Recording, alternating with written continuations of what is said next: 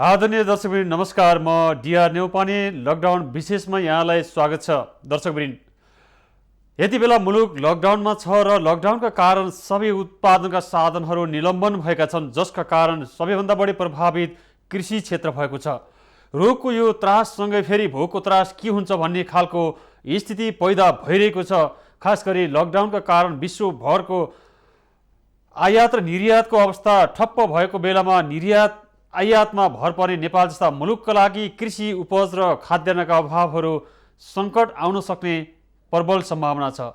आन्तरिक उत्पादन निकै कमजोर छ र आन्तरिक उत्पादन संस्कृतिको अभावमा कृषि क्षेत्रबाट हामीले खाद्यजन्य उपभोग्य वस्तु आमदानी गर्न सक्ने अवस्था छैन। हाम्रा कृषिका धेरै त्यस्ता साधनहरू प्रभावित भएका छन्, जसले गर्दा किसानको लगानी र त्यसको उत्पादनको लाभ पनि लिन सकिरहेको छैन। यस्तो अवस्थामा हामी सामान्य अवस्थामा समेत कृषि उपजमा आयात गर्नुपर्ने विडम्बनाबाट गुज्रिरहेको बेलामा अब यो महामारीको यो सन्नाटाको बेलामा कृषि क्षेत्र के हुन्छ र किसानले के राहत पाउँछन् र किसानलाई चाहिँ कृषि कर्म गर्नको लागि सरकारले कसरी उत्प्रेरित गरिरहेको छ या छैन भन्ने विषय रहेर आज खास गरी यो लकडाउन र यो सँगै हावाहुरीले किसानका खेतबारीमा धेरै त्यस्ता कृषि उपजहरूको नाश भएको छ, कृषि उपजमा धेरै क्षति भएको छ र यस्तो बेलामा किसानले के राहत पाउँछन् त भन्ने विषयमा जोड्नको लागि आजको लकडाउन विशेषमा हामीले कृषि मन्त्रालयले एउटा गठन गरेको छ, एउटा टिम गठन गरेको छ, जसलाई ऱ्यापिड रेस्पोन्स टिम अथवा द्रुत प्रतिकार्य टिम भनेर एउटा बनाइएको छ, जसमा हुनुहुन्छ कृषि मन्त्रालयका कृषि तथा पशुपन्छी विकास मन्त्रालयका महानिर्देशक डाक्टर वंशी कुमार शर्मालाई आज हामीले लकडाउन विशेषमा जोड्ने प्रयास गरेका छौँ। र त्यसै गरी कृषक महासङ्घका अगुवा हुनुहुन्छ पूर्व अध्यक्ष हामी उद्धव अधिकारीलाई पनि आजको लकडाउन विशेषमा किसानका समस्या लिएर जोड्ने प्रयास गर्नेछौँ र हामी जोड्न चाहन्छौँ डाक्टर वंशी कुमार शर्मा, महानिर्देशक कृषि तथा पशुपन्छी विकास मन्त्रालयको हुनुहुन्छ र उहाँसँग हामी आज जोड्ने प्रयास गरेका छौँ। र उहाँ खास गरी ऱ्यापिड रेस्पोन्स टिमको सदस्य पनि भएको कारणले कृषकका लागि यहाँले राहतका कुराहरू के गरिराख्नु भएको छ र समग्रमा लकडाउनले पारेको प्रभाव, यसको क्षति र अहिले हिजो अस्तिको हावाहुरीले क्षति पुर्याएको बारेमा हामी जोड्ने प्रयास गर्छौँ। डाक्टर वंशी कुमार शर्मा, यहाँलाई लकडाउन विशेषमा स्वागत छ। वंशी कुमार शर्माज्यू, यहाँसँग हामी जोडिने प्रयास गरिरहेका छौँ, यहाँको आवाज अझै सुनिएन। डाक्टर शर्माज्यू सुन्नुभयो? हजुर, जस्तै यति बेला यो कोरोना भाइरसको महामारीका कारण लकडाउन भएको छ र लकडाउनका कारण कृषि क्षेत्र सबैभन्दा प्रभावित भएको अवस्थामा फेरि हावाहुरीले पनि फेरि किसानको उत्पादनलाई क्षति पुर्याएको छ। यसका लागि यहाँ रेस्पोन्स टिमको सदस्य पनि भएको कारणले, महानिर्देशक पनि भएको कारणले के पहल कदमी गरिराख्नु भएको छ, किसानले के राहत पाइरहेका छन् वा पाउनेछन्? अब सबैभन्दा पहिला यो बन्दाबन्दी भनेको यो अवस्था एकदम जटिल अवस्था र यो कहिले यो अब भन्नु न र यो विश्वमा नै पहिलोचोटि भन्नुहोस् यस्तो ठुलो बन्दाबन्दी अहिलेसम्म भएको थिएन। यो चाहिँ अति नै संवेदनशील समय भएको हुनाले हामी सबै संवेदनशील भएर यो घडीमा बन्दाबन्दीलाई पनि हामीले पालना गर्नु पर्यो र कृषि कर्मलाई पनि साथसाथै लानु पर्यो। कृषि भनेको आज गरेर एक दिन छोड्न पनि मिल्ने कर्म होइन। सबै कुरालाई कुर्न सकिन्छ तर कृषिलाई कुर्न सकिँदैन। बिहान गाई दुहुनु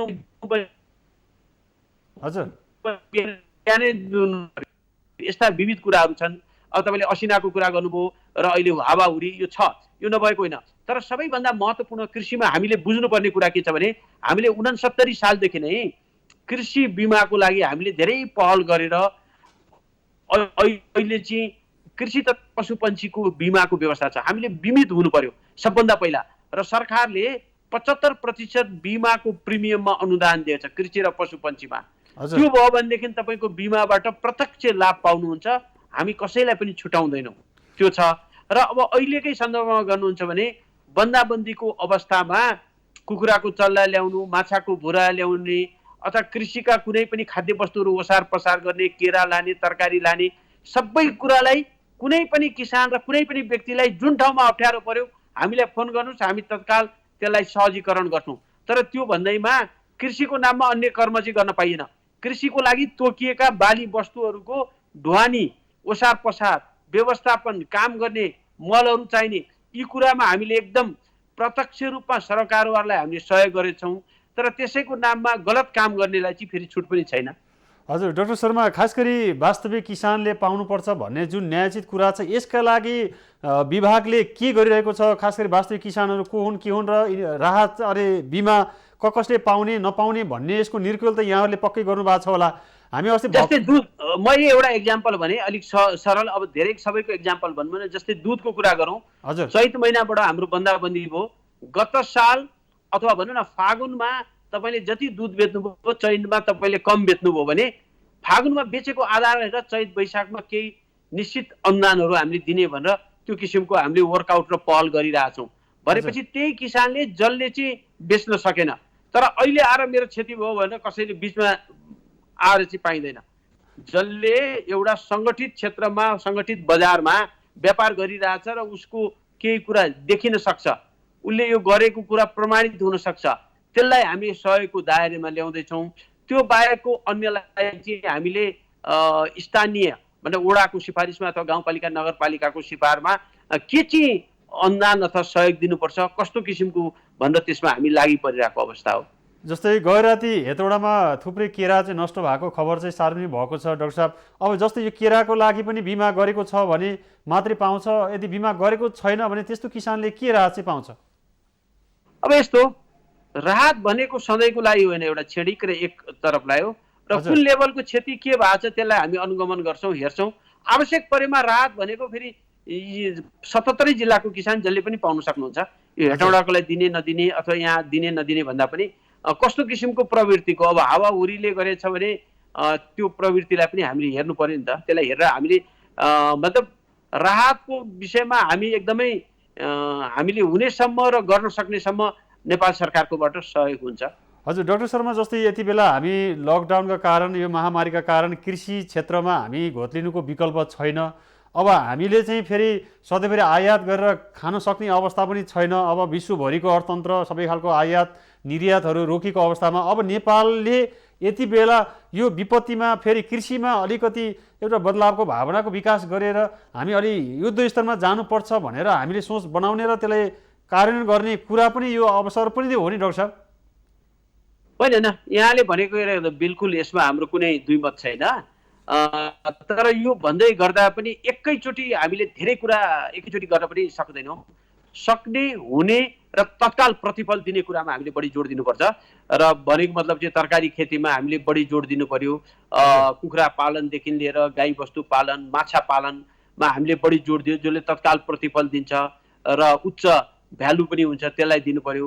र अब सिरियल क्रप्स अथवा बाली नालीमा पनि हामीले एकदमै उच्च प्राथमिकता दिनु पर्यो, किनकि खानको लागि त सुरक्षा हुनु पर्यो नि। किन्नै पाइएन भने त खाद्य सुरक्षा पनि हाम्रो एकदम प्रमुख भएको हुनाले यसमा पनि हाम्रो एकदम जोड छ। र बिउ बिजन मल ऋण, कृषि ऋण, बिमाको व्यवस्थामा चाहिँ हाम्रो प्राथमिकता रहन्छ।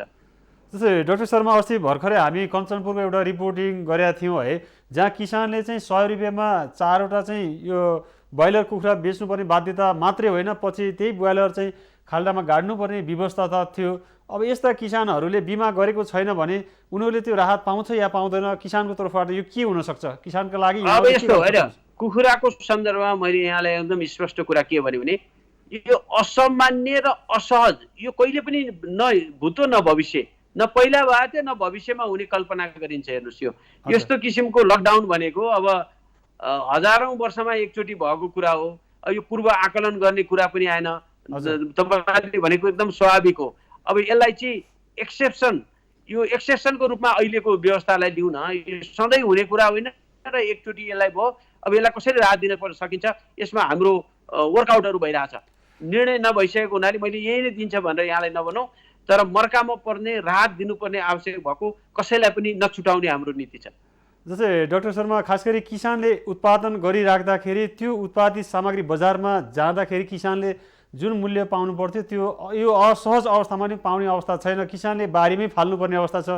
अब जस्तै भक्तपुरको यस्तै हामी एउटा सामग्री प्रसारण गरेका थियौँ, किसानले उत्पादन त गर्ने तर बजारसम्म पुर्याउने पहुँच चाहिँ नहुँदाखेरि, उचित मूल्य नपाउँदाखेरि किसानले त्यतिकै सडाएर कुहाएर फाल्नुपर्ने अवस्था छ। यसका लागि यहाँहरूले के गर्नुहुन्छ? हेर्नुहोस्, सबभन्दा महत्त्वपूर्ण कुरा एकदमै राम्रो पोइन्टमा आउनुभयो। यो बजारीकरण भन्ने कुरो सम्पूर्ण कुरा कृषि तथा पशुपन्छी विकास मन्त्रालयले मात्रै गरेर हुने होइन, र सबै कृषक दाजुभाइ दिदीबहिनी र स्थानीय तहका जनप्रतिनिधिहरू यसैमा लाग्नुपर्छ। प्रत्येक वडाले आफ्नो वडामा भएको उत्पादन आफ्नै वडामा बिक्री वितरण गरेर आफ्नोमा खपत गर्नु पर्यो, नभएको छिमेकी वडा र छिमेकी गाउँपालिकामा लानु पर्यो। नजिक नजिक व्यापारीकरण गर्नु पर्यो, सहजीकरण गर्नु पर्यो। 2-3 गाउँपालिकाको मेयर बिसेर एकबाट अर्कोमा गर्ने किसिमको हामीले व्यवस्थापन गर्नु पर्यो। यस्ता कुराहरूमा हामी अलिक चुकिरहेछौँ के स्थानीय तहले लिडरसिप लिएर प्रत्येक ठाउँमा कृषिको बजार र हाट बजारको व्यवस्थापन तीबाट मिलाउने हो नि त।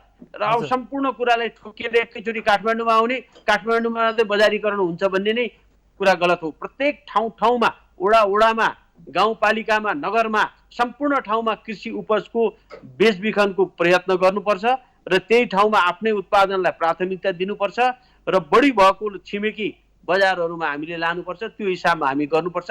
त्यही किसिमको निर्णय चाहिँ हामीले चैत्र 16 गते क्याबिनेट मार्फत पनि निर्णय भएर पनि गएको छ।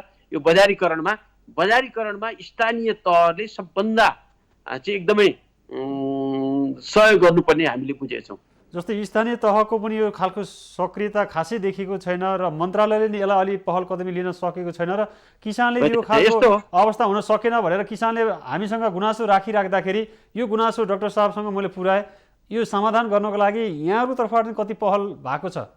होइन, हाम्रो तर्फबाट त प्रत्येक किसानको गुनासो सुन्ने, तत्काल त्यसलाई समाधान गर्ने हो। तर म के भन्छु भने आफ्नो वडामा उत्पादन भएको कुरा त्यही वडामा बेचबिखनको लागि स्थानीय तहले नै हो। केन्द्र सरकारले त्यहाँसम्म गएर त्यो लेभलको काम गर्न भ्याउँदैन के। र त्यो कुरा चाहिँ महसुस गरिदिनु पर्यो र त्यो हिसाबले सहजीकरण चाहिँ वडामै गर्नु पर्यो, गाउँपालिकामा गर्नु पर्यो, नगरपालिकामा गर्नु पर्यो। त्यो गर्दा साथ सहजीकरण हुन्छ र ती सहजीकरण गर्दा पनि नहुने अवस्था हामीले गर्छौँ। यसरी बुझिदिनु पर्यो है। प्रत्येक वडाको समन्वय, गाउँपालिकाको समन्वय स्थानीय तहबाट गर्नु पर्यो। र त्योभन्दा भने 2टा गाउँपालिका 3टा अथवा जिल्लाबाट, चितवनबाट तपाईँले केरा पठाउनु भयो पोखरामा, बाटोमा अवरोध आयो कोत्रेमा, त्यो समस्या हामीले हल गर्छौँ। त्यस्ता कुरोका सुर्खेत जान पाएन त्यसलाई हल गर्छौँ। दुधको ट्याङ्कर तपाईँको उदयपुरमा जान सकेन, त्यसलाई ल्याउनु पर्यो कसरी र के गर्नु पर्यो त्यो निर्णय हामी गर्छौँ। मेरो भनाइको तात्पर्य के ठाउँ अनुसारको व्यवस्था अनुसारको हामीले गर्ने समस्याको समाधान हामी गर्छौँ र त्यो भन्दैमा प्रत्येक समस्या यहाँ ल्याउने भन्दा समस्याको समाधान स्थानीय तहमा खोजेर सकिने कुरा तिनै गर्नुपर्छ भन्ने हाम्रो मान्यता हो। डाक्टर साहब, जस्तै यहाँ खास गरी यो ऱ्यापिड रेस्पोन्स टिमको सदस्य पनि हुनुहुन्छ र अब किसानले यहाँको विभागबाट अब जुन खालको समस्या पर्यो भने तत्काल चाहिँ विभागले त्यो रेस्पोन्स गर्नेछ र किसानले जुन खालको समस्या भोगिरहेछन् त्यसको समाधान चाहिँ हुन्छ भन्ने हामी विश्वास गर्न सक्छौँ। एकदम यसको लागि हामीले हाम्रो तर्फबाट एकदम पहल गर्छौँ। हामीबाट कन्जुसाइ हुँदैन यो सहयोग गर्नको लागि। तर बेसिक कुराहरू चाहिँ हामीले बुझ्नै पर्छ, किनकि बजारीकरण गर्नको लागि आफ्नो पहल हुनु पर्यो, स्थानीय तहको वडाको हुनु पर्यो र ठुलो समस्या आयो भने त्यसलाई कसरी गर्ने भनेर हामी निकासको लागि हामी सधैँ अग्रसर छौँ।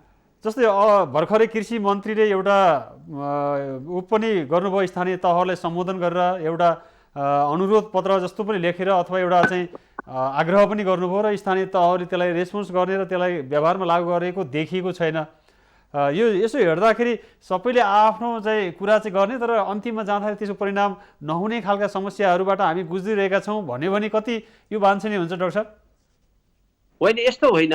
जस्तै कि कसरी बुझौँ भनेदेखि दुधको मैले एउटा तपाईँलाई एक्जाम्पल दिएँ। हजुर, दुधको सङ्कलन कहाँ कति हुन्छ हामीलाई थाहा छ र कति पाउडर बन्छ, कति बजारीकरण हुन्छ सबै थाहा छ। र अहिले चाहिँ हामीलाई दिनमा 7 लाख लिटर दुध सङ्कलन हुनेमा हामी 4 लाख मात्रै गर्छौँ, 3 लाख त गर्दैनौँ। त्यो स्थानीय तहमा खपत भइरहेको छ नि। त्यस्तै किसिमले अरूमा पनि सोच्नु पर्यो के। सबै कुरा त तपाईँको फ्याक्ट्रीको पनि क्यापेसिटी छैन, स्कुल कलेज खोलेको छैन, बन्द व्यापार छैन, होटल चल्दैन भनेपछि तरकारीमा पनि त्यही हो के। जति स्थानीय तहमा घरमा खपत हुन्छ त्यसलाई गराइहाल्ने, त्यसको लागि बजारीकरण गर्ने र अब तपाईँको स्केलिङ अप गरेर अब पक्कै पनि नोक्सान त अहिले हुन्छ, यो अवस्थामा हुन्छ, नहुने भन्ने होइन, तर न्यूनतम क्षति गर्ने र पशुलाई पनि अब खुवाएको छ हामीले। भनौँ न काउलीदेखि लिएर बन्दा काउलीहरू किसानहरूले खुवाइरहेको अवस्था पनि छ।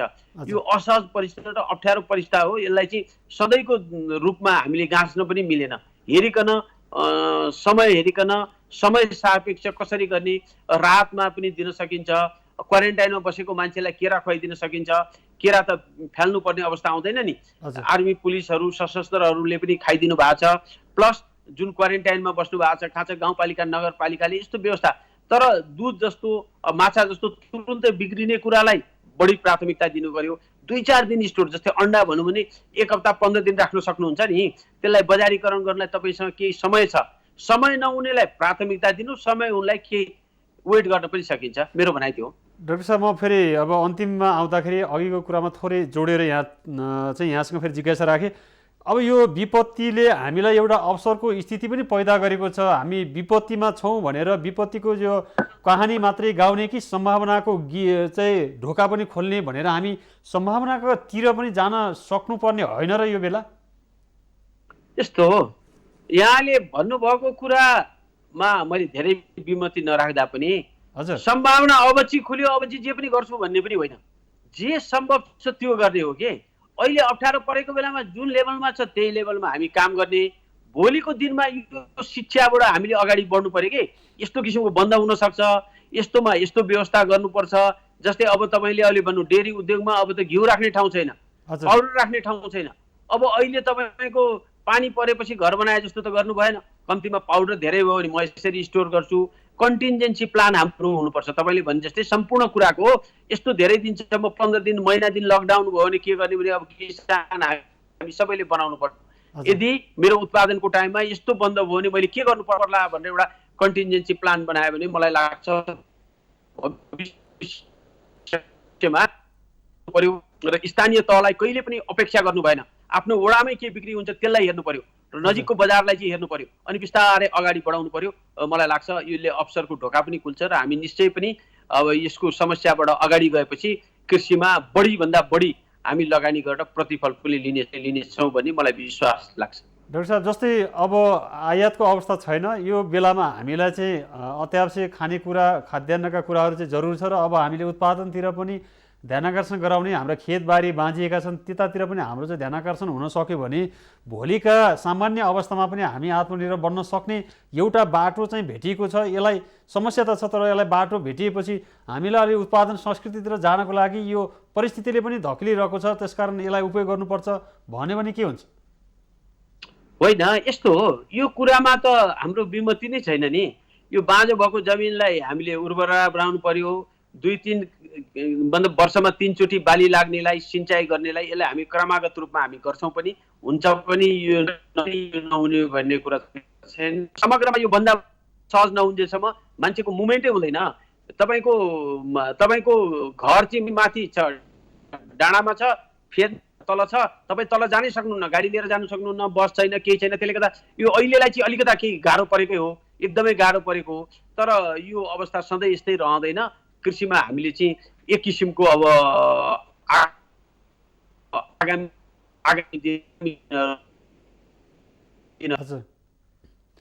डाक्टर शर्मा, खास गरी अब अन्तिममा हामी भूकम्पले पनि हामी चाहिँ अनुभव प्राप्त गऱ्यौँ। भूकम्पको विपत्तिले हामीले धेरै क्षति पनि गुमायौँ र त्यतिखेर हामी नाकाबन्दी लगायतका यावत समस्याहरू झेल्यौँ।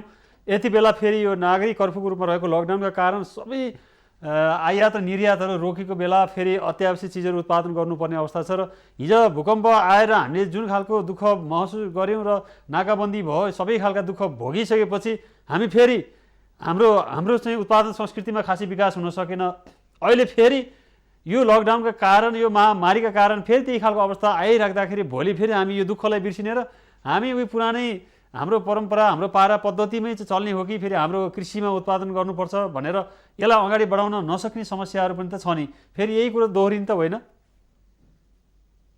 होइन, यो भूकम्प र यसलाई नजुदाउनुहोस् न। भूकम्प भनेको वर्षमा 50 चोटि आउँछ नेपालमा। त्यस्तो भूकम्प पनि 40-50 वर्षमा ठुल्ठुलो भूकम्प आएको हाम्रो इतिहासै छ 20 वर्षमा।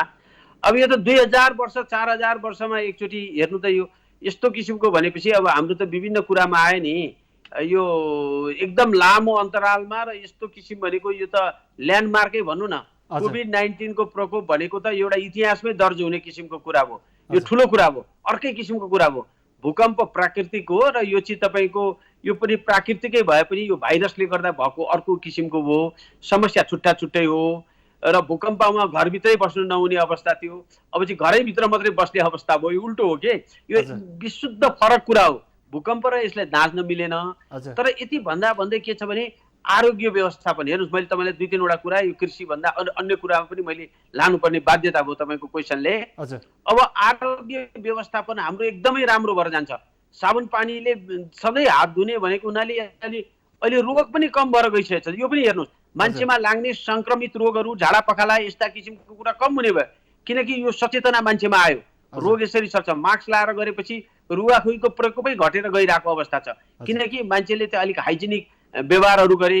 कृषि कर्म गर्दा पनि हाइजेनिकली गर्नुपर्छ, पशुपन्छी पाल्दा पनि हाइजेनिकली गर्नुपर्छ भनेर मान्छेलाई एउटा सचेतना चाहिँ ठुलो किसिमको सचेतना आएको छ। यसले गर्दाखेरि मलाई लाग्छ हाम्रा कृषिका उत्पादनहरू संवेदनशील भएर उत्पादन गरेर बढी हाइजेनिक, बढी स्वस्थवर्धक पशुपन्छीका मासु, अन्डा, दुधदेखि लगायत सम्पूर्ण कृषि, माछा सम्पूर्ण चाहिँ अब बढी हाइजेनिक र विश्वमा हामी प्रतिस्पर्धा गर्न लायक हिसाबले हामी उत्पादन गर्छौँ। यसले एउटा नयाँ शिक्षा पनि दिएको छ, यो अवसरको रूपमा हामीले लिनुपर्छ। डाक्टर साहब, र अन्तिममा अब किसानलाई यहाँको तर्फबाट प्रतिबद्धता, खास गरी अब यो महामारीको अवस्थासँगै हाउरीले जुन पारेको क्षतिका कुरा छन्, बिमाका कुरा छन्, राहतका कुरा छन्, यी कुरामा तमाम किसानले जसले हाम्रो टेलिभिजन हेरिराख्नु भएको छ ती किसानहरूले आश्वस्त हुने आधार चाहिँ यहाँको अन्तिममा मन्त्रालयको तर्फबाट, रेस्पोन्स टिमको तर्फबाट प्रतिबद्धता चाहिँ के रहन्छ? अब यो घाउमा मलम लाउने काम हाम्रो हो, एकदम क्लियर कुरा। अब पीडा भएको छ, दुःख भएको छ, अप्ठ्यारो परेको छ, त्यसलाई कसरी सहज गर्ने र समस्याबाट कसरी बाहिर निकाल्ने भनेर हामी लागेकै छौँ। र यो समस्या लामो समय जाँदैन र जति जान्छ त्यसले पीडा थपि नै रहेछ, यो कुरा हामीले महसुस गर्छौँ। तापनि यहाँहरूले हाम्रो नोटिसहरू हाम्रो पढ्नु, कसरी लाने, विभिन्न कृषिजन्य उपजहरूलाई लानको लागि हामीले गाडीको पासै नभइकन ढुवानी गर्नको लागि सहजीकरण गरेका छौँ। त्यो सूचनाहरू हेर्नुहोस्, त्यसले पनि सहजीकरण गर्छ र अहिले आफ्नो इकोनोमी र आफ्नो चाहिँ व्यवसायलाई धेरै बढाउने भन्दा खुम्च्याएर अहिले टिक्ने मात्रै हो। तपाईँ हामी टिकाएर अहिलेको परिस्थितिमा हामी जुधौँ र एकले अर्कोलाई सहयोग गरौँ। तरकारी नै बेच्ने मान्छे हुनुहुन्छ भने 5-7 जना मिलेर एउटा गाडीमा तरकारी राखेर बेच्न जाउँ, एउटाले छुट्टै नगरौँ। र भन्नु किसान, पशुपालन पर्ने किसानले छ भने समस्यामा एकले अर्कोलाई हातेमालो गरौँ। र गाईबस्तु पाल्ने किसानले पनि धेरै दाना खुवाएर धेरै दुध उत्पादन गर्ने होइन। अहिले परिस्थिति फरक छ, सामान्य घाँसपात मात्रै खुवाएर भए पनि थोरै दुध उत्पादन भएर पनि बिक्री वितरण गरेर अहिले परिस्थितिलाई धानौँ र भोलि चाहिँ अलिकता यो सहज हुनसाथ हामी पुरानो स्केलमा चाहिँ फर्केर जाने किसिममा लागौँला। राहतको कुरा गर्नुहुन्छ भने निश्चित पनि हामीले तथ्याङ्क राहतको लागि प्रदेश, स्थानीय तह र केन्द्र सरकार सबैले संयुक्त रूपमा हामीले मिलेर एउटै राहतको प्याकेज कसरी बनाएर कृषिमा कसरी अगाडि लाने भनेर हामी यसमा गरिरहेछौँ। मलाई लाग्छ निकट भविष्यमा यो आएपछि एउटै ठाउँबाट चाहिँ यो राहतको वितरण हुन्छ, जसले गर्दा केन्द्रले, सरकारले, स्थानीयले भने कि एकै ठाउँबाट राहत वितरण हुन्छ र राहतमा चाहिँ तपाईँलाई कसैले तलमाथि हुँदैन। सबैले एउटा भनौँ न आफ्नो पालन अथवा कृषि गरेको आधारमा एउटा निर्णय गरेर सर्वदलीय रूपमा हामीले सम्पूर्णलाई मिलाएर सम्पूर्ण जनप्रतिनिधिहरूको रोभरमा यसलाई गरिन्छ र यसबाट निश्चय पनि कृषक दाजुभाइ तथा दिदीबहिनीलाई केही न राहत हुन्छ। र कुनै पनि समस्या पर्यो भने कृषि तथा पशुपन्छी विकास मन्त्रालयमा हाम्रो ऱ्यापिड रेस्पोन्स टिममा खबर गर्नु भने हामी तत्काल ती समस्यालाई हाम्रो लेभलबाट फुकाउन सक्ने हामी गर्छौँ। र यो हाम्रो लेभलभन्दा माथि जानु भने माननीय मन्त्रीज्यू, श्रीमान सचिवज्यू मार्फत अन्य मन्त्रालयसँग समन्वय गर्ने र कोभिडको चाहिँ तपाईँको उच्च स्तरीय समन्वय समितिमा पनि यो कुराहरू राखेर यसलाई हामी अगाडि बढाउँछौँ। डाक्टर साहब, खास गरी किसानले भएका समस्याको बारेमा अत्यन्तै महत्त्वपूर्ण विचार र खास गरी मन्त्रालय र विभागसँगै यो रेस्पोन्स टिमले गर्ने जुन खालको यहाँहरूको चाहिँ भूमिका छ यसका बारेमा हाम्रो टेलिभिजन मार्फत तमाम कृषकलाई चाहिँ जानकारी दिनुभयो, महत्त्वपूर्ण विचार राखिदिनु भयो, त्यसका लागि यहाँलाई धेरै धेरै धन्यवाद।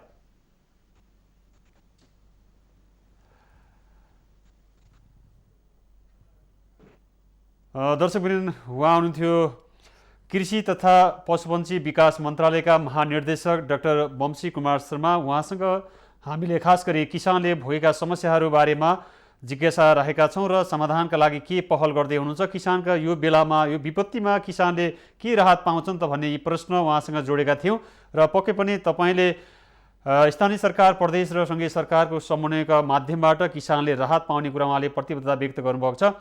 पक्कै पनि तपाईँको पनि सक्रियता जरुर छ र त्यो किसानले राहत पाउनुपर्छ। कृषिमा अब नयाँ ढङ्गले सोचिन सक्यो भने पक्कै पनि सुधार हुनसक्छ भन्ने खालको निष्कर्ष यो संवादबाट हामी दावा गर्न सक्छौँ। र यसै गरी कृषिसँग जोडेर किसानका नेताको रूपमा स्थापित कृषक समूह महासङ्घका निवर्तमान अध्यक्ष उद्धव अधिकारीलाई फेरि हामी स्काइपको माध्यमबाट जोड्ने प्रयास गरेका छौँ। र खास गरी किसानका समस्याहरू यति बेला कोभिड-19 को कारण लकडाउन भए पछाडिका समस्याहरू छन् नै, त्यससँगै फेरि यो मौसममा आएको हावाहुरी र असिनाले फेरि किसानले थप मार खानु परेको छ। यो मार खाइराख्दाखेरि किसान समूह महासङ्घले के गर्दैछ, मन्त्रालयले के गर्दैछ, किसानको समस्यामा कसरी सम्बोधन भइरहेको छ भनेर हामी जोड्ने प्रयास गरिरहेका छौँ। पक्कै पनि दर्शकवृन्द, अब कृषि क्षेत्रमा हामीले हिजोको अवस्थाबाट भिन्न तरिकाले सोच्न सकेनौँ भने हामी आत्मनिर्भर त धेरै टाढाको कुरा हुनेछ। कृषिमा हामीले आत्मनिर्भर हुन नसकेपछि हामी फेरि भोकको समस्यामा जुझ्नुपर्नेछ। यति बेला विश्वभरको सबै खालका उत्पादनका साधनहरू निलम्बन भएका छन्। शक्ति राष्ट्रहरू समेत यो भाइरसका कारण हायल कायल भएका छन्। उनका कृषि उपज, यी खाद्यान्न समग्र उत्पादनका साधनहरू रोकेको बेलामा मानिसले न्यूनतम घाँसको अभाव झेलिराख्ने अवस्था सिर्जना पनि हुँदै गएको छ। यस्तो बेलामा हामीले हाम्रो खेत, हाम्रो बारी बाँझो राखेर मात्रै हामी यो समस्याबाट मुक्त हुने छैनौँ। त्यसका लागि हाम्रो बाँझो बारी र खेत अब जोतिनुपर्छ, हाम्रा पसिनाहरू त्यहाँ पोखिनुपर्छ र हाम्रो भोक टार्न सकिन्छ। स्वस्थ खाना, स्वस्थ पोषणबाट मात्रै हामी स्वस्थ बन्न सक्छौँ र ती पौष्टिक खानाले मात्रै कोभिडसँग हामी प्रतिरोधात्मक क्षमता विकास गर्न सक्छौँ। तसर्थ कृषिको विकल्प छैन, कृषि बिना हाम्रो जीवन नै छैन। तसर्थ कृषिप्रतिको हेर्ने दृष्टिकोणमा अब हामीले निर्मम तरिकाले सोच्न सक्नुपर्छ। यदि सोचेनौँ भने हामी भोकले फेरि रोगले भन्दा बढी सन्ताप बेहोर्न पर्नेछ, त्यो समस्या झेल्न पर्नेछ। तसर्थ कृषिप्रतिको तपाईँ हाम्रो दृष्टिकोणमा अब 180 डिग्रीको कोणमा चाहिँ बदलिन सक्नुपर्छ। कृषिलाई हामी सम्मान गर्न सक्नुपर्छ, किसानलाई सम्मान गर्न सक्नुपर्छ र मात्रै हाम्रो जीवन छ, प्रकृति छ। तसर्थ कृषि र प्रकृति तपाईँ हाम्रा जीवनका आधार हुन्। तसर्थ यो विपत्तिले एउटा समस्या मात्रै सृजना गरेको छैन, सम्भावनाका ढोकाहरू पनि खोलेको छ। यो चुनौतीको बीच यो बाध्यात्मक अवस्थाले हामीलाई कृषितर्फ फर्किन पर्छ भन्ने परिस्थिति सिर्जना गरेको छ। तसर्थ कृषिलाई आधुनिकीकरण गर्ने, यसलाई व्यवसायीकरण गर्दै हाम्रो उत्पादनलाई बढाउन सक्यो भने मात्रै हामी भोकबाट मुक्ति पाउन सक्छौँ। भोकबाट मुक्ति पाउनु भनेकै रोगबाट मुक्ति पाउनु हो। तसर्थ त्यसका लागि कृषिका विषयमा राज्यले पनि अब नयाँ ढङ्गले आफ्नो अनुसन्धानका पाटाहरूलाई जोड्नुपर्छ, व्यावसायिक पाटाहरूलाई जोड्नुपर्छ। नीति रणनीतिहरूमा निर्मम तरिकाले समीक्षा गर्दै तिनी तहका स्थानीय सरकारले कृषिको लागि नेतृत्व र पहल कदमी लिन सक्नुपर्छ। कृषिका बारेमा हामी लामो समयदेखि बहस गरेका छौँ। खास गरी 1957देखि नेपालमा योजनाबद्ध विकासको सुरुवात भए पनि हामी 15औं योजनासम्म आइपुग्दा पनि हामीले कृषिमा अझै छलाङ मार्न सकेनौँ, विकास गर्न सकेनौँ। कुल जनसङ्ख्याको 62% मानिसहरू कृषिमा छन्, तर कृषिको कुल गृहस्थ उत्पादनमा 27% योगदान हुँदाहुँदै पनि 43 लाखभन्दा बढी युवाहरू विदेशी भूमिमा पसिना बगाउन बाध्य छन्। तसर्थ यो बाध्यताको अन्त्य गर्न आफ्नै मातृभूमिमा पसिना बगाउन र त्यही पसिनाको फलबाट आफ्नो जीवन चलाउन अब हामीले यो विपत्तिको बेलामा सोच्न सक्नुपर्छ। हाम्रो सृजना र हाम्रो मेहनत, हाम्रो हरेक दृष्टिकोणबाट कृषिप्रतिको धारणा सकारात्मक बन्न सक्यो भने मात्रै सम्भव छ भन्दै हामी कृषिसँग जोडेको विषयमा यो विपत्तिको बेलामा फेरि आएको हावाहुरीसँगै किसानले भोगिरहेका समस्याको बारेमा आज जोड्ने प्रयास गरिरहेका छौँ र हामी कृषि तथा पशुपन्छी विकास मन्त्रालयका महानिर्देशक तथा ऱ्यापिड रेस्पोन्स टिमका सदस्य डाक्टर वंशी कुमार शर्मासँग किसानका समस्या राख्यौँ। अब हामी किसानका अगुवा कृषक महासङ्घका निवर्तमान अध्यक्ष उद्धव अधिकारीसँग जोड्दैछौँ। उद्धवजी, यहाँलाई माउन्टेन लकडाउन विशेषमा हार्दिक स्वागत छ। धन्यवाद। जस्तै यति बेला यो कोभिड-19 का कारण सबैभन्दा बढी प्रभावित कृषि क्षेत्र परेको छ र कृषि क्षेत्रमा प्रभावित पर्नु भनेकै भोलिको सम्भावित भोकसँगै अभावको स्थिति पैदा हुने हो। यस्तो बेलामा सरकारले पहल कदमी ल्याएको छु भनिराख्दाखेरि किसानहरूले अझै यो समस्या भोगिरहेका छन्, अवस्था जटिल बढिरहेको छ। यहाँ कृषक समूह महासङ्घका निवर्तमान अध्यक्ष पनि हुनुहुन्छ। के पहल कदमी भइरहेको छ? राज्य कहाँनिर चाहिँ चुकिरहेको छ? अब धन्यवाद सर यो अवसरका लागि। अब पहिलो कुरा त हेर्नुहोस्, यो हरेक प्राकृतिक विपत्ति या चाहिँ तपाईँको मानव निर्मित विपत्तिबाट पहिलो एक खालको चाहिँ प्रभावित हुने समूह नै किसान हो। हेर्नु, चाहे त्यो जलवायु परिवर्तन कृषि हो, चाहे चाहिँ उत्पादित चिजहरूलाई बजारमा लगेर बिक्री गर्ने चिज हो, चाहे यस्ता खालको प्राकृतिक प्रकोपहरू हुन्, हरेक चिजहरूबाट किसान नै चाहिँ पहिलो पीडित हुन्छ। किनभने त्यो हावा पानी माटो र प्रकृतिसँगै उसले चाहिँ जहिले पनि सहकार्य गरेर आफ्ना बालीहरूलाई चाहिँ एक खालको संरक्षण सम्वर्धन गर्नुपर्ने उसको एक खालको ड्युटी पनि हो। र अहिले समग्रमा हेर्दाखेरि कोरोना पछि सरकारले के गर्यो भन्ने चाहिँ खालको जो प्रश्न छ यहाँको, मलाई लाग्छ सरकारले केही सूचनाहरू जारी गर्यो। यो चाहिँ त्यो बाहेक मैले उसले केही पनि गर्यो जस्तो मलाई लाग्दैन। अहिले 753वटा सरकार छन् यो देशभरि, तर किसानको आँखाबाट हेर्दाखेरि चाहिँ किसानको बालीलाई सहज रूपमा बजारसम्म पुर्याउनका लागि पनि त्यहाँ सरकार देखिएन। किसानका बालीमा चाहिने खाली हुँदै गर्दा बिउ घरका किसानका घरमा पुर्याउने तहमा पनि सरकार देखिएन।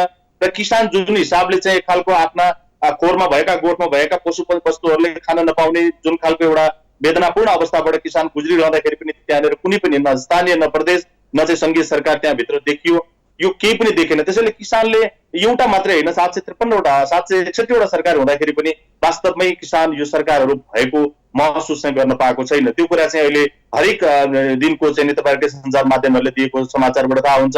कुनै पनि चिजहरूमा सरकारको सहजीकरण मार्फत यो चिज चाहिँ बजारमा सहज रूपमा बिक्री भयो, वितरण भयो र फलानु किसानले चाहिँ यति चाहिँ एक खालको उपलब्धि हासिल गर्यो, यति खालको राहत महसुस गर्यो भन्ने खालको कुरा अब मैले चाहिँ अहिलेसम्म सुन्न पाएको छैन। जस्तै यहाँ आफै किसान हुनुहुन्छ जो दिनभर चाहिँ खेतबारीमा र त्यसपछि पशुपन्छीसँग नजिक रहेर काम गरिराख्नु भएको छ र त्यसलाई आफ्नो उत्पादनले बजारमा बिक्री पनि गर्नुहुन्छ। तर यसका लागि सरकारले हामी सबै खालको व्यवस्था गरेका छौँ भनेर अहिले भर्खरै यहाँसँग कुरो गर्नु अगाडि महानिर्देशक डाक्टर वंशी कुमार शर्माले हाम्रो ऱ्यापिड टिमले चाहिँ सबै खालको तथ्याङ्क सङ्कलन गरेर विपत्तिमा परेका किसानहरूको लागि बजार व्यवस्थापनदेखि उत्पादनका सबै चिजहरूमा हामी सहकार्य गरिरहेका छौँ, सहयोग गरिरहेका छौँ र जुनसुकै बेला पनि हामी यो खालको चाहिँ सहयोग गर्न तयार छौँ भनेर जुन खालको एउटा आश्वासन दिनुभएको छ, यो आश्वासनले तपाईँ जस्ता किसानहरू कहाँ आइ नपुगेको हो? हेर्नुहोस्, अब आज 31-32औं दिन कति भयो आज लकडाउन सुरु भएको कि एउटा सेड्युलमा तपाईँको यो आज रोपेर भोलि फल्ने चिज होइन, यो लकडाउन हुन्छ भन्ने खालको हामी कसैले अनुमान पनि गरेका थियौँ। एक खालको अपरझट आयो, यो कुरा हामी सबै स्वीकार्छौँ। तर यसको एक खालको सिस्टममा जुन खालको बजारले यसलाई राम्रोसँग व्यवस्थापन गरिरहेको थियो, कुखुराहरू सहज रूपमा बजार गइरहेका थिए, पाकेका केराहरू सहज रूपमा बजार गइरहेका थिए, तपाईँको चाहिँ एक खालको बेला भएका फुल तरकारीहरू बजार सहज रूपमा गइरहेका थिए, त्यो कुरो जब स्टप भयो आजका दिनसम्म ती हरेक किसानहरू रोइरहेका छन्। र सरकारको सहजीकरणका कारणले गर्दा हाम्रो यो चिज चाहिँ मैले राम्रोसँग चाहिने व्यवस्थापन गर्न सकेँ भन्ने किसान एउटा पनि भेट्न पाएको छैन। उहाँले के भन्नुभयो भने आजका मितिमा मलाई एकदम खुसी लाग्यो डी साहबको कुरा सुन्दाखेरि कि बजारका हिसाबले अहिले यतिखेर सङ्घीय सरकारले सम्भव छैन, प्रदेश सरकारले सम्भव छैन, स्थानीय सरकारहरू अलिकति पहल कदमी गरिदिनु पर्यो, त्यहाँ सहजीकरण गरिदिनु पर्यो। उहाँहरूको भूमिका अलिकति बढी देखियो, उहाँहरूले कृषि उत्पादनहरूको हाट बजार लगायतका व्यवस्थापनका कुराहरूमा अलिकति पहल कदमी गरिदिनु पर्यो। एकदम पोजिटिभ कुरा हो। मलाई लाग्छ यो कोरोना आइसकेपछि अप्ठ्यारो परिसकेपछि बोल्ने कुरा होइन, यो नियमित रूपमा बोल्ने कुरा हो। यो कि तपाईँको धेरै कुराहरू हामी हजुर उद्धवजीसँग हामी कुराकानी गर्दैथ्यौँ, खास गरी किसानले भोगेका समस्या। उहाँ आफै किसान हुनुहुन्छ र उहाँले आफै उत्पादन गरेर बजारमा लैजानुपर्ने अवस्था छ उहाँका लागि पनि, र त्यस्तै किसानले चाहिँ समस्या भोगिरहेका छन्। विभागले एक प्रकारले एउटा आश्वासन एउटा प्रतिबद्धता व्यक्त त गरेको छ, तर किसानहरू वास्तविक यो अनुभूति गर्न सकेका छैनन्। किसानले अनुभूति गर्न नपाउनु भनेकै मुलुकले अनुभूति गर्न नपाउनु हो। राज्य छ 761वटा सरकारहरू छन्, 753वटा स्थानीय सरकारहरू छन्, सबैलाई संविधानले व्यवस्था गरेको छ। सबैलाई व्यवस्था हुँदाहुँदै पनि ती किसानका कहाँ किन पुग्न सकेन? हिजो केन्द्रीकृत राज्य सत्ताका कारण किसान पनि ठगिए भनेर हामी धेरै सङ्घर्ष र आन्दोलन गऱ्यौँ। लोकतन्त्र स्थापना भएको पनि आज 14 वर्ष पुरा भइसकेको अवस्थामा छ।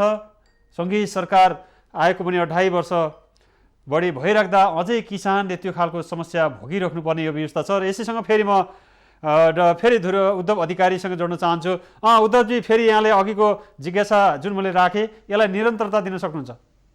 हजुर, अब यो के हो भने अघि डी साहबको मैले कुरा सुने, उहाँले चाहिँ एक खालको चाहिँ अहिले यो क्रिटिकल सिचुएसनमा स्थानीय तहका सरकारहरूले अलि बढी संवेदनशील भइदिनु पर्यो, त्यहाँको उत्पादनहरू त्यहीँ व्यवस्थापन गरिदिनु पर्यो, हाट बजारलाई प्रवर्धन गरिदिनु पर्यो भन्ने लगायतका कुराहरू उहाँले जो ल्याउनु भयो त्यो स्वागतयोग्य कुरा छ। तर चाहिँ के भन्दाखेरि यो चाहिँ आजका लागि मात्रै गर्ने कुरा होइन, यो नियमित रूपमा हामीले गर्ने कुरा हो। त्यसैले यसलाई चाहिँ हामीले आगामी दिनहरूमा आफ्ना नीतिहरू बनाउँदाखेरि र हिजोदेखि नै हामीले चाहिँ स्थानीय तहलाई जहाँ खेतीपाती गरिन्छ, जहाँ किसानहरू बस्छन् त्यही चाहिँ प्राविधिकहरू पुर्याउने, प्रविधिहरू पुर्याउने, त्यही एउटा खालको व्यवस्थापन गर्ने, यस्तो खालको अप्ठ्यारो फेरि आउन सक्छ। यो सधैँभरि यो किसानहरू चाहिँ हिजो सहज रूपमा पनि अप्ठ्यारोमै थियो र आज अप्ठ्यारोमा त झनै बढी अप्ठ्यारोमा पर्ने किसान भइ नै हाल्यो। हजुर, जस्तै उद्धवजी मैले यहाँसँग फेरि जोडेँ, जस्तै यति बेला सहकारी कृषि सहकारीहरूको भूमिका पनि उत्तिकै महत्त्वपूर्ण हुन्छ। किसानको उत्पादनलाई सहजीकरण गर्नुपर्ने, एउटा बजारीकरणको प्रवर्धन गर्नका लागि भनेर कृषि सहकारी संस्थाहरू पनि छन्। तर ती सहकारीहरू गुमनाम छन्, किन होला? खास गरी किसानका पक्षमा सहकारी पनि नजिक देखिएनन् र यहाँ जस्ता कृषकहरू चाहिँ मारमा परिराख्नु परेको छ। के सहकारी अब किसानका लागि नभएर सीमित व्यक्तिहरूका लागि र एउटा सरकारको अनुदान खानका लागि मात्रै अथवा सरकारको सहयोग लिनका लागि मात्रै र एउटा सहकारीको माध्यमबाट राजनीति गर्नको लागि मात्रै हो या के हो? यहाँले चाहिँ कसरी बुझ्नु भएको छ सहकारीलाई? अब यस्तो छ, सहकारीको पनि अब विशेष गरेर न्यूनतम 25 जना, अब कुन तहको सहकारी कस्तो सहकारी हो सबै सहकारीले एउटै डालोमा हाल्दै हेर्न मिल्दैन। कृषिसँग सम्बन्धित सहकारीहरूको सवालमा कुरा गर्ने हो भने मलाई लाग्छ न्यूनतम 25 जना सदस्यहरू भएर गठन भएको सहकारी हो र उसले आफ्ना उत्पादनहरू, आफ्ना सदस्यहरूको बारेमा, उसको सदस्यको हकितमा काम गर्ने उसको पहिलो दायित्व म्यान्डेट हो। उसले विधानमा त्यही कुरो लेखेको हुन्छ र त्यो तदनुसारको काम गरेन भने सदस्यहरूले त्यो नेतृत्वलाई एक खालको चाहिँ प्रजातान्त्रिक पद्धतिले उसलाई चाहिँ ट्र्याकमा लिएर आउने खालको नियमहरू उहाँहरू आफैले लेखेर आफैले अनुमोदन गरेर राख्नु भएको हुन्छ। त्यो सहकारीको कुरो चाहिँ मलाई लाग्छ सहकारीको सदस्यहरूकै राइटको कुरा हो। तर यस्तो परिस्थितिमा चाहिँ तपाईँले अहिले जुन बजारसँग जोडेर जुन सन्दर्भ लिएर आउनुभयो, यो बजार व्यवस्थापन गर्न भनेर गठन भएका सहकारीहरूको चाहिँ यतिखेर भूमिका एकदमै बढी देखिन्छ। यहाँले भनेको कुरो म त्योसँग सहमति छु, किनभने उहाँहरूलाई चाहिँ लकडाउनकै अवस्थामा पनि कहाँ उत्पादनहरू छन् र आफ्ना सदस्यको उत्पादनलाई चाहिँ कसरी बजारसँग तुल्याउन सकिन्छ भन्ने बारेमा चाहिँ एउटा छुट्टै अध्ययनको विषय हुन्छ। जो बजारको सहकारी खोले र कृषिजन्य उत्पादक किसानहरूलाई सदस्यता बनाए र उनका उत्पादन चाहिँ बारेमै सडाए र चाहिँ बजारमा ल्याउन सकेनन्, उनले पहल कदमी गरेनन् भनेदेखि चाहिँ त्यो उहाँहरूलाई प्रत्येक एउटा इन्डिभिजुअल सहकारीलाई हामीले अगाडि बढाउने विषय हो। र सिङ्गो सहकारी मुभमेन्टको कुरा गर्ने हो भने चाहिँ मलाई लाग्छ उसले यसलाई चाहिँ एक खालको सरकारलाई सहजीकरण गर्ने र उसलाई चाहिँ एक खालको सुझाव दिने नै हो उसको मुख्य भूमिका चाहिँ। अहिले हामीले देखेको कुरा चाहिँ हेर्नुहोस्, यतिखेर जति हाम्रा एकदमै थोरै उत्पादन थियो, अहिले अक्सिजन थियो, हाम्रा तरकारीहरू अहिले आएको चिज हो भनेको दुध, कुखुरा, अनि त्यसपछि तरकारी फलफुलहरू अलिकति र यिनी 4-5वटा चिजहरूलाई चाहिँ सहज रूपमा अहिले राहत वितरणको कार्यक्रम सरकारले तुरुन्तै बनाउँदै गर्दा स्थानीय तहहरूलाई एउटै मात्रै अनुरोध गरिदिएको भए पुग्थ्यो। स्थानीय तहहरूले पनि त्यो कुरो स्वीकार गरेर अथवा अनुरोधले नआउँदाखेरि पनि आफ्नै हिसाबले ती उत्पादनहरूलाई चाहिँ अहिले जुन खालको हामीले चाहिँ एउटा लक्षित वर्गलाई राहतको रूपमा राज्यले चाहिँ केही खाद्य सामग्रीहरू। हजुर उद्धवजी, खास गरी उहाँसँग हामी कृषकका बारेमा कुराकानी गर्दैथ्यौँ स्काइप लाइभमा। हजुर उद्धवजी, उद्धवजीसँग हामी कुराकानी जोड्दैछौँ। मैले सुनिरहेको। हजुर उद्धवजी, हजुर मैले सुनिरहेको छु। अब जस्तै यति बेला खास गरी यो कोरोना भाइरसको सङ्क्रमण पछाडि कृषि मन्त्रालय, खास गरी कृषि मन्त्रीले सबै स्थानीय तहहरूलाई एउटा अनुरोध पत्र लेख्नुभयो, कृषकहरूका बारेमा सम्बोधन गर्नुहोस्, यो बेला उत्पादनलाई बढाउनुहोस्, सबै पहल कदमी तपाईँहरूले लिन पर्छ भनेर लामो पृष्ठको एउटा नयाँ कन्सेप्ट सहित एउटा अवधारणाका साथ स्थानीय सरकारले लेख्नुभयो। तर स्थानीय सरकारहरूको भूमिका, त्यो मन्त्रीको आग्रहलाई चाहिँ पुरै व्यवस्था गरिएको अवस्था छ, यसलाई चाहिँ यहाँले कसरी टिप्पणी गर्नुहुन्छ?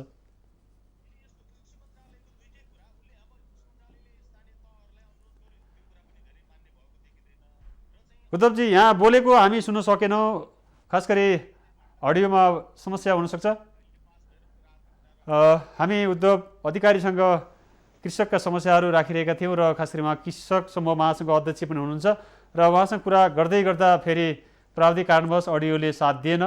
हामी फेरि जोड्ने प्रयास गर्छौँ। उद्धवजी,